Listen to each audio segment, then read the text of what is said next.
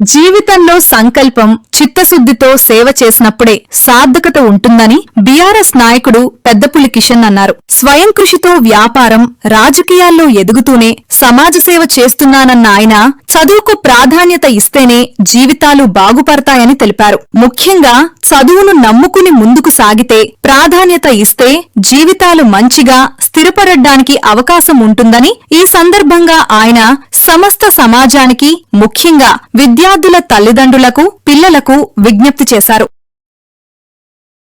సేవాభావం శ్రేయస్సు మూలం అనే నానుడితో అనేక కార్యక్రమాలని సమాజంలో చేపడుతున్న వారిని అయితే మనం చూస్తూనే ఉన్నాము. ప్రత్యేకించి జన్మ సార్థకం చేసుకునే క్రమంలోనే ఒక దైనందిన జీవితంలో అటు వ్యాపారం కావచ్చు, ఇటు రాజకీయాలు కావచ్చు, వ్యవసాయ రంగం కావచ్చు, ఏ కార్యక్రమం చేపట్టినప్పటికీ కూడా మనం సంపాదించిన దాంట్లో కొంత మేరకైనా కొంచెం సమాజ హితం కోరి సేవ కోసం సేవా కార్యక్రమాలకు వినియోగించిన పక్షంలో సార్థకత ఉంటుందనే ఒక అటు పెద్దల హయాం నుంచి కూడా ఒక నానుడిని అయితే మనం చూస్తూనే ఉన్నాం. దీనికి సంబంధించి అయితే ఇప్పటికీ కూడా అనేక రుగ్మతల అంతంలో కూడా ఇలాంటి చైతన్యవంతమైన సేవా కార్యక్రమాలు కూడా చేపడుతున్న వారిని కూడా మనం ఎంతోమందిని చూస్తూనే ఉన్నాము. వృత్తిరీత్యా ఒక వ్యాపకంలో ఉంటూనే మరొక వైపు మరికొంత సమయాన్ని ప్రవృత్తి రీత్యా కూడా ఇతర రంగాల వైపు, ప్రత్యేకించి సేవా రంగాల వైపు దృష్టి సారిస్తున్న ఎంతోమంది సమాజంలో తమ పేరును సార్థకం చేసుకుంటున్న పరిస్థితులు కూడా మనం చూస్తూనే ఉన్నాం. ఈ నేపథ్యంలోనే తెలంగాణ రాష్ట్రంలోని రంగారెడ్డి జిల్లా రాజేంద్ర నగర్ అసెంబ్లీ నియోజకవర్గం పరిధిలోని గండిపేట మండలం ఖానాపూర్ గ్రామానికి చెందిన సీనియర్ రాజకీయ నాయకుడు మరియు సంఘ సేవకులని చెప్పవచ్చు ఆయన పెద్దపులి కిషన్ అయితే మన ముందున్నారు. ప్రత్యేకించి పెద్దపులి కిషన్ గారు ఒకవైపు విద్యాధికుడు అయినప్పటికీ కూడా మరోవైపు తక్కువ వయసులోనే వైద్య సేవా రంగంలో కూడా స్థిరపడే నేపథ్యంలోనే అంచెలంచెలుగా ఎదిగి ఒక సామాన్య స్థాయి కుటుంబం నుంచి ఇప్పుడు సౌత్ ఇండియా స్థాయిలో మెడికల్ బిజినెస్ చేసే స్థాయికి ప్రావీణ్యాన్ని సంపాదించడం అంటే ఆషామాషి కాదు అని కూడా చెప్పవచ్చు. ఇంతకాలమైన రంగారెడ్డి జిల్లా కాంగ్రెస్ పార్టీ సీనియర్ ఉపాధ్యక్షుడిగా పనిచేసిన సందర్భంలోనే తాజాగా భారత రాష్ట్ర సమితి party working president Kalvakuntla Taraka Ramarao సమక్షంలో బీఆర్ఎస్లో చేయడం జరిగింది.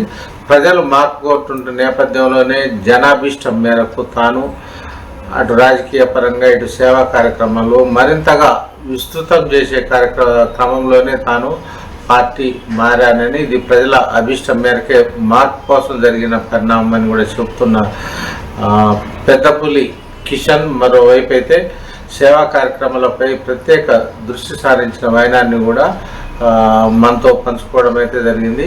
ముఖ్యంగా సేవా రంగానికి సంబంధించి విశ్లేషిస్తే పెద్దపులి కిషన్ గారు అయితే ఒక సామాన్య కుటుంబం నుంచి వచ్చిన క్రమంలోనే ఇప్పటికే అంచెలంచెలుగా ఒక బిజినెస్ పై పట్టు సాధించడమే కాకుండా మనం సంపాదించిన దాంట్లో కొంత మేరకైనా ఒక పేదలకు కావచ్చు, ఇతర సామాజిక అవసరాలకు కావచ్చు వినియోగించిన పక్షంలో ఒక సార్థకత ఉంటుందని ఒక నానుడికి అర్థం పెట్టే విధంగా తన అప్రత్యాతంగా సేవా ప్రస్థానాన్ని కొనసాగిస్తున్న పరిస్థితి అయితే ఉంది.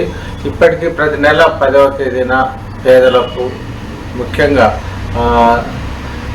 నిర్భాగ్యులకు కూడా ఒక ఆలంబనగా ఉండాలనే ఒక లక్ష్యంతో ప్రభుత్వ వ్యవస్థకు ఒక ప్యారలల్గా అంటే ఒక ప్రతి నెల 10వ తేదీన పెన్షన్ల రూపంలో ఇస్తున్న పరిస్థితి కూడా మనం ఖానాపూర్తో పాటు పరిసర ప్రాంతాల్లో చూస్తూనే ఉన్నాం. అదేవిధంగా ఎప్పుడు ఎలాంటి కార్యక్రమం వచ్చినా ఇటు సామాజిక పరంగా కావచ్చు, సేవా పరంగా కావచ్చు, ఇటు బడుగు బలహీన వర్గాల ఉద్ధరణకు కావచ్చు, ఇటు రాజకీయ పరంగా కూడా అనేక సేవా కార్యక్రమాల్లో తాను పడిన కష్ట నష్టాలు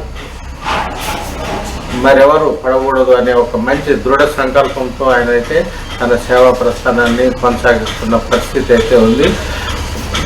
తను పడిన కష్టాలు ఇతరులు పడకూడదనే ఒక ఆలోచన రావడం అనేది ఒక విశేషమైతే, మరోవైపు దాన్ని ఆచరణలో అమలు చేస్తూ 10 మందికి ఒక మేలు చేయాలనే ఒక మంచి సంకల్పంతో తన తల్లిదండ్రుల స్ఫూర్తితో ముందుకు సాగుతున్న పెద్దపుల్లి కిషన్ను ఇప్పటికే పలువురు అభినందిస్తూనే ప్రోత్సహిస్తున్న పరిస్థితి కూడా ఉంది. ఇదే సందర్భంగానే పెద్దపుల్లి కిషన్ మా ప్రతినిధితో మాట్లాడుతూ, ఎన్ని నాళ్ళు బతికామనేది కాదు, ఏ మేరకు సమాజానికి సేవ చేశామనేది చాలా ముఖ్యమని, తను డిగ్రీ వరకు చదువుకున్నప్పటికీ కూడా సౌత్ ఇండియా స్థాయిలో ఒక బిజినెస్ స్థాయిలో స్థిరపడ్డప్పటికీ మనం చేసే పని పట్ల అంకిత భావం, చిత్తశుద్ధి, సంకల్ప సిద్ధి ఉంటే ఏ రంగంలో సాధించవచ్చు అనే ఒక నానుడికైతే తానే ఒక ప్రబలమైన నిదర్శనం అని కూడా పెద్దపుల్లి కిషన్ అయితే తెలియజేయడం జరిగింది. ముఖ్యంగా యూత్ ఈ విషయంలో తమ తల్లిదండ్రులకు, ముఖ్యంగా తమ జన్మనిచ్చిన వారికి సేవ చేస్తూ వారికి కృతజ్ఞతాభావంగా వారిని ఆత్మీయతతో చూసుకోవాల్సిన అవసరం ఎంతైనా ఉందని చెప్తూనే, మరోవైపు విద్యారంగంకి ప్రోత్సహించే విషయంలో మాత్రం తాను మాత్రం ఎప్పుడు కూడా ముందుంటారని చెప్పారు. అన్ని రుగ్మతలకు చైతన్యమే విరుడు అని, ఈ క్రమంలోనే విద్యారంగం కూడా అత్యంత కీలకమైన పాత్రను కూడా పోషిస్తుందని కూడా పెద్దపుల్లి కిషన్ అయితే తెలియజేయడం జరిగింది. ఈ క్రమంలోనే ప్రతి ఒక్కరు కూడా, అటు యూత్ కావచ్చు, చిన్నప్పుడు కూడా అటు తల్లిదండ్రులు కూడా సైతం విద్యారంగానికి ప్రోత్సహించాలని, తమ పిల్లల చదువు పట్ల కష్ట నష్టాలకు ఓర్చి అయినా సరే కష్టపడి ఇష్టపడి చదివించాల్సిన ఆవశ్యకత ఎంతైనా ఉందని పెద్దపుల్లి కిషన్ తన అనుభవం ద్వారా నొక్కి చెప్పడం అయితే జరిగింది. ఒకవైపు విద్యారంగం పట్ల విద్యార్థులు ఆసక్తి చూపాలని, తల్లిదండ్రులు ప్రోత్సహించాలని, సమాజం కూడా అదే ఒరవడిని సృష్టించాలని చెప్తూనే, మరోవైపు యువత కూడా ఇటు చెడు రుగ్మతలకు అలవాటు పడకుండా తమకున్న అమూల్యమైన భవిష్యత్తును, తమకున్న ఒక టాలెంట్ను మాత్రం తమ వ్యాపారాలు కావచ్చు, ఇటు విద్యాపరంగా కావచ్చు వినియోగించి ఒక ఉత్తమమైన పౌరులుగా తీర్చిదిద్దడమే కాకుండా భారతదేశ పురోగతిలో భాగస్వామ్యం కావాలని ఈ సందర్భంగా పెద్దపుల్లి కిషన్ అయితే పిలుపునివ్వడం జరిగింది. పెద్దపుల్లి కిషన్ గారు, చెప్పండి, మీరు అతి తక్కువ వయసులోనే రాజకీయ రంగంలో ప్రవేశించడం కాకుండా అటు సర్వీస్ ఓరియంటెడ్ రంగంలో కూడా వృత్తి వేరు ప్రవృత్తి వేరు విద్యాధికుడై ఉండా అప్రతిహతంగా దూసుకుపోతున్న పరిస్థితి మనం చూస్తున్నాం. అసలు మీరు రాజకీయ రంగంలో కానీ సోషల్ సర్వీస్ రంగం రావడానికి సంకల్పం ఏంటి?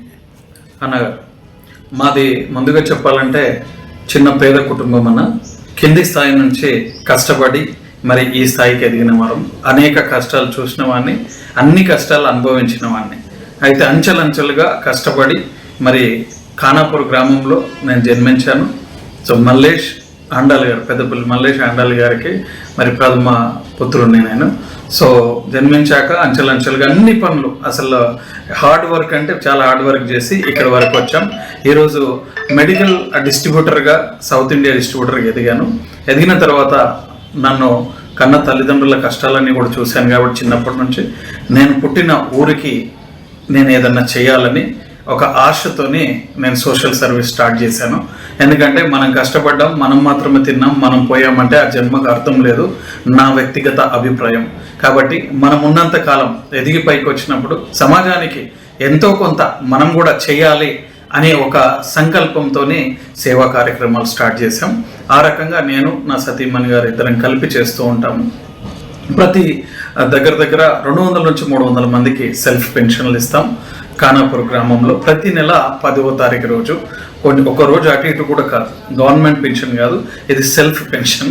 మా వ్యక్తిగత, మా కష్టం నుంచి కొంత డబ్బు ప్రజలకు చేరాలి, అవసరమైన వారికి చేరాలి. ఒక అవ్వ అమ్మ వాళ్ళకు ఒక ట్యాబ్లెట్స్కో లేకపోతే దేనికో ఒక దానికి వారికి పనికి వస్తుందని చెప్పేసి స్టార్ట్ చేసాం. అయితే దాంతోపాటు మరి కన్న ఊరికి పొలిటికల్గా కావచ్చు, ఇదేమో సేవారంగంగా ఆలోచన తీరు. పొలిటికల్ ఏంటంటే అనేక మంది పెద్ద లీడర్స్ని నేను చూశాను చిన్నప్పటి నుంచి, మంచి లీడర్స్ కూడా ఉన్నారు. వాళ్ళలాగా నేను ఎదగాలి, ఎదిగి నేను కూడా సమాజానికి నేను ఇంకా మంచి సర్వీస్ చేయాలంటే పొలిటికల్ పదవులు ఉండాలి. ఉన్నారు, మీరు అడగొచ్చు నన్ను, అనేక మంది పొలిటీషియన్స్ కూడా ఉన్నారు కదా, వాళ్ళ స్వార్థానికి వాళ్ళు సంపాదించుకున్నారు కదా, అనేక మంది మీకు అందరికీ కూడా తెలుసు, పేర్లు అక్కర్లేదు, వాళ్ళు కూడా సంపాదించుకున్నారు. అలాంటి లీడరు నాకు అవసరం లేదు. సోషల్ సర్వీస్, జనాలకు మంచి సర్వీస్ని అందిద్దాం. అనేక మంది ఇబ్బందులు ఉన్నారు, వారందరికీ కూడా మంచి సర్వీస్ చేయాలంటే పవర్ ఉండాలి. సో ఆ పవర్ కావాలంటే మనము పొలిటికల్గా ఎదగాలి. కాబట్టి మనం ఆ రకంగా ఆలోచించి పొలిటికల్ వైపు నేను మరి ఆసక్తి ఉన్నాయి, పొలిటికల్లో ప్రవేశించడం జరిగింది. అంటే ముఖ్యంగా మీది రాజకీయ కుటుంబం అని భావించవచ్చా? మా నాన్నగారు మరి వార్డు మెంబర్గా ఉండేనండి. నా చిన్నప్పుడు సంగతి ఇది, 20-25 ఏళ్ళ కింద వార్డు మెంబర్గా ఉండే. దాని తర్వాత ఎవరు లేరు, మా కుటుంబంలో రాజకీయ నేతలు ఎవరు లేరు. మా డాడీ ఒకరే వార్డు మెంబర్గా పనిచేసిన. అంటే ముఖ్యంగా దీనికి సంబంధించి అంటే ముఖ్యంగా ఈ రంగంలో కూడా ఎన్నో సవాళ్ళు ఎదురుతా, అంటే పొలిటిక్స్ కావచ్చు, ఇటు సోషల్ సర్వీస్లో దాన్ని మీరు ఏ విధంగా ఫేస్ చేయగలుగుతున్నారు? రాజకీయం అంటేనే దాన్ని చాలా చాకచక్యంగా, తెలివిగా, నిజాయితీగా వాటిని తట్టుకొని నిలబడితేనే మనం ముందుకు వెళ్ళగలుగుతాం. అనేక ఆటుపోట్లు ఉంటాయి. ఎందుకంటే రాజకీయంలో అవతలోడు ఎదగాలంటే ఆడు మంచోడో చెడ్డోడో సంబంధం లేదు, అవతలను తొక్కేసే సందర్భాలు కూడా ఉన్నాయి.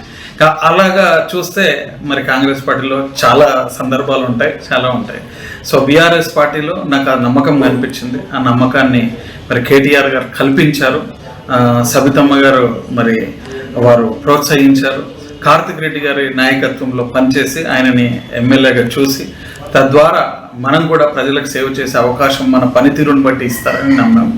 అందుకనే ఈ రకంగా రాజకీయ టర్న్ తీసుకోవడం జరిగింది. అంటే మీకు ముఖ్యంగా మీరు మీ ఎడ్యుకేషన్ పరంగా కూడా ఇప్పుడున్న యూత్కి, ముఖ్యంగా బడుగు బలైన వర్గాలకి మీరు ఏం చెప్పదలుచుకున్నారు? సో నా యూత్ మోటివేషన్ వీడియోస్ చాలా ఉన్నాయి. యూత్ అందరికి కూడా తెలుసు, నేను కంటిన్యూగా మోటివేషన్ స్పీచెస్ ఇస్తుంటానని. యూత్ అందరికి కూడా మరొకసారి సందర్భంగా తెలియజేస్తున్నాను. ముందుగా మిమ్మల్ని కన్న తల్లిదండ్రులను మీరు ప్రేమించండి, వారిని మంచిగా చూసుకోండి, వారి మాట వినండి, వారి మరి ఆరోగ్య పరిస్థితికి ఎప్పటికప్పుడు మీరు చూడండి. వారి ఆశీర్వాదం మీకు ఎంత ఉంటే మీరు అంత బాగుపడగలుగుతారు. తర్వాత సమాజంలో పట్టుదల కలిగి ముందుకెళ్ళాలి. నేను సాధించాలి అనే ఒక ఆశయం పెట్టుకొని ముందుకెళ్ళాలి. సో రాంగ్ రూట్లు చాలా ఉన్నాయి, రాంగ్ రూట్లు తీసుకోవద్దు. నీ కష్టం నేను నిలబెడుతుంది, నీ కష్టం నేను నడిపిస్తుంది, నీ కష్టం అనేక మందికి మార్గదర్శకం అవుతుంది. ఎప్పుడు నిజాయితీగా కష్టపడాలి, నిజాయితీగా నీ కుటుంబాన్ని, తల్లిదండ్రులు, అందుకే నీ అమ్మ నాన్నని నీకు వాళ్ళ కష్టము నీకు ఒక గుణపాఠం కావాలి. సో దాన్ని ఏర్పాటు చేసుకొని నువ్వు ముందుకు కష్టపడ్డట్టు నువ్వు లక్ష్యం చేరుకుంటావు. దాని తర్వాత సమాజంలో ఈరోజు ఇప్పుడు జరుగుతున్నవి, సో డ్రగ్స్ మాఫియా కానీ, షార్ట్ కట్ దారులు, ఒక రోజులోనే కోటేశ్వర్లు అవ్వాలి అని కానీ, బెట్టింగ్ అని కానీ, ఈ రూట్లోకి మాత్రం దయచేసి యువత వెళ్ళొద్దు. మీ లైఫ్ని నాశనం చేసుకోవద్దు. మీ స్వయం శక్తితో అందరూ, నేను గ్రాడ్యుయేట్ చదువుకున్నా, బట్ నేను సౌత్ ఇండియా వైజ్గా నేను బిజినెస్ చేయగలుగుతున్నా. బికాస్ చిన్నప్పటి నుంచి నేను కష్టపడ్డ విధానం, మా అమ్మ నాన్నలు నన్ను కష్టపడి పెంచిన విధానం నాకు చాలా గుణపాఠాలు నేర్పించాయి. కాబట్టి మీరు కూడా నిజాయితీగా కష్టపడుతూ మీ గతాన్ని మర్చిపోకుండా అమ్మ నాన్నని ఎప్పటికప్పుడు గుర్తు చేసుకుంటూ, వాళ్ళ కష్టాన్ని గుర్తు చేసుకుంటూ, మీ కాళ్ళపైన మీరు నిలబడ్డప్పుడు మిమ్మల్ని ఎవడు పడేయలేడు, మీరు ఎప్పటికీ కిందికి జారిపోరు. ఇది మీకు ఇచ్చే స్ఫూర్తి. అంటే సమాజంలో ఎన్నో రుగ్మతలు ఉన్నాయి, వాటి బారిన పడి యువత చెడిపోతున్నట్టుగా మనకు అనిపిస్తుంది. దానికి మనం ఒక మంచి మార్గంలో వెళ్ళాలంటే దానికి ఎడ్యుకేషన్కి ఉన్న ఇంపార్టెన్స్ ఏమని చెప్పచ్చు? 1000% ఎడ్యుకేషన్ మీ డ్రెస్సింగ్ సెన్స్, మీ బాడీ లాంగ్వేజ్ మారుస్తుంది. మీ ఎడ్యుకేషన్ మీ ఫ్యూచర్ని డిజైన్ చేస్తుంది. సో ఈ రంగము ఇది చదువుకున్నాను కాదు. ఎగ్జాంపుల్ ఇందాకనే చెప్పాను, నేను గ్రాడ్యుయేట్ మాత్రమే చదువుకున్నా, బట్ సౌత్ ఇండియా వైజ్గా బిజినెస్ చేస్తున్నా. నా అనుభవం నన్ను నిలబెట్టింది. కానీ ఎంత అనుభవంలో కూడా నా గ్రాడ్యుయేట్ చదువుకున్న చదువుకు ఈ 22 ఏళ్ళ అనుభవం ఇంకా అనేక రంగులు, అనేక రకం మెలకువలు, అనేక రకాలుగా నేను మోడిఫై చేసుకోవడానికి అవకాశం పడింది. కాబట్టి మీరు ఇప్పుడు కష్టపడుతున్న చదువుని వదలొద్దండి. మీకు ఎంతవరకు చదువుకోవాలనే ఆశ ఉందో అంత చదువుకోండి. చదువు చాలా ఇంపార్టెంట్. ఎట్లా అంటే ప్రాక్టికల్గా మీరు కష్టపడగలుగుతారు. చదువు మెలకువలు నేర్పిస్తుంది. ఆ చదువు లేకపోతే చాలా ఇబ్బందికరమైన పరిస్థితులు ఎదుర్కొంటాం. చదువు వదలొద్దు. ఏమాత్రం అవకాశం ఉన్నా చదువుకుంటూనే కష్టపడండి. మరి ఎవరికి ఒకటే రంగంలో అందరూ ఎదగలేము. ఎవరికి ఆసక్తి ఉన్న రంగంలో మీ చదువుని దానికి ప్రోత్సాహం చేసుకొని ముందుకెళ్ళి బాగుపడాలని మీకు అందరికీ కూడా స్ఫూర్తిగా చెప్తున్నాను. అంటే ముఖ్యంగా మీరు పుట్టి పెరిగిన ఖానాపూర్ విలేజ్ ఉండొచ్చు, ఆ ప్రాంతం కావచ్చు, ఇటు గచ్చిబౌలి కావచ్చు, పరిసర ప్రాంతాలన్నీ ఇటు సాఫ్ట్వేర్ పరంగా అన్ని విధాల అభివృద్ధి చెందినట్టు కనిపిస్తుంది. మీరు జన్మించినప్పటి పరిస్థితులకు ఇప్పటికీ ఏమన్నా తేడా గమనించారు? దాదాపు ఇప్పుడు 43 సంవత్సరాలు అన్న నాకు 43 సంవత్సరాల్లో నేను 18 ఏళ్ళ నుంచే నేను జాబ్ చేయడము, హార్డ్ వర్క్ చేయడం స్టార్ట్ చేసిన. ఆ టైంలో మాది చాలా చిన్న గ్రామం ఖానాపూర్ విలేజ్. సో చిన్న కుటుంబాలు. ఇంకా ఇక్కడ మన హైదరాబాద్ రావడానికి కొన్ని కుటుంబాలు వచ్చాయి, మిగతా అంతా వ్యవసాయం చేసుకున్నారు. ఇప్పుడు మా ఊరికి ఖానాపూర్కి ఆనుకుని నియోపోలిస్ 100 కోట్లలో అది జరుగుతుంది. ఆ పక్కనే మా ఊరు ఉంది, చాలా డెవలప్మెంట్ అయ్యింది. కానీ బాధాకరమైన విషయం ఏంటంటే ఇందాక మాట్లాడిన మాటే, ఎడ్యుకేషన్ సరిగ్గా లేక సో కొంతమంది ఊరికే పరిమితం అయిపోయి మిగతా 50 మెంబర్స్ వాళ్ళ స్వయం శక్తితో ఆధారపడి వాళ్ళ వృత్తిరీత్యా డెవలప్ అవుతూ వచ్చారు. కానీ ఓవరాల్గా డెవలప్మెంట్ చూస్తే ఎక్కువ ఫాస్ట్గా డెవలప్మెంట్ అయింది ఎప్పుడు అంటే రాజశేఖర రెడ్డి గారి టైంలో మనకు ఔటర్ రింగ్ రోడ్ మూలాన, తర్వాత కేసీఆర్ గారి సమయంలో అసలు ఊహించని డెవలప్మెంట్ జరిగింది. ఇప్పుడు వాటిని కొంచెం చేంజెస్ చేస్తూ మోడిఫై చేస్తూ జరుగుతుంది. కానీ ఆ 9 years గ్రోత్ చాలా ఫాస్ట్ గ్రోత్. అదే మళ్ళీ వచ్చే గవర్నమెంట్ కూడా వస్తే ఇంకా ఎక్స్పెక్ట్ చేయలేం, అంత బ్రహ్మాండంగా డెవలప్మెంట్ జరుగుతుంది. అంటే ఇంకా ఎక్స్పెక్టేషన్స్ ఇంకా ఉన్నాయి ఖానాపూర్ 1000% అండి. న్యూ సిటీ మొత్తం నియోపోలిస్ చుట్టే ఉంటుంది, ఫైనాన్షియల్ డిస్ట్రిక్ట్ ఏరియా ఉంటుంది, గచ్చిబౌలి ఏరియా ఉంటుంది, ఇటు శంకర్పల్లి వరకు వెళ్తుంది. చాలా గొప్ప డెవలప్మెంట్ చేసే అవకాశం ఆ ఏరియాలో ఉంది. అంటే ముఖ్యంగా ఇప్పుడు మీరు అన్నారు డబుల్ బెడ్రూమ్ ఇలాంటివి, అసలు 111 జీవో అనేది వల్ల అడ్డంకిగా అనిపిస్తుంది. దాని మీద మీరు ఎట్లా విశ్లేషిస్తారు? 1000% అప్పుడు కేసీఆర్ గవర్నమెంట్ దాన్ని లిఫ్ట్ చేస్తుంది అన్నారు, దాని మీద స్పష్టత ఉందా? స్పష్టత లేదండి. అది గతంలో కూడా తీసేయాలి, ఎత్తివేయాలన్నారు. అది green tribunal irrigation department central government ఆధ్వర్యంలో ఉంటుంది. కానీ అది ఎత్తేస్తే కనుక నియోపోలిస్ ఎట్లయితే 100 కోట్ల పైపెచ్చిపోయిందో అదే డెవలప్మెంట్ ఉంటుంది. అదే ఇప్పుడు 111 జీవన పెద్ద శాపం అయిపోయింది. ఖానాపూర్, వటినాగులపల్లి కానీ 74-84 విలేజెస్ కానీ 111 జీవోను పెద్ద శాపం.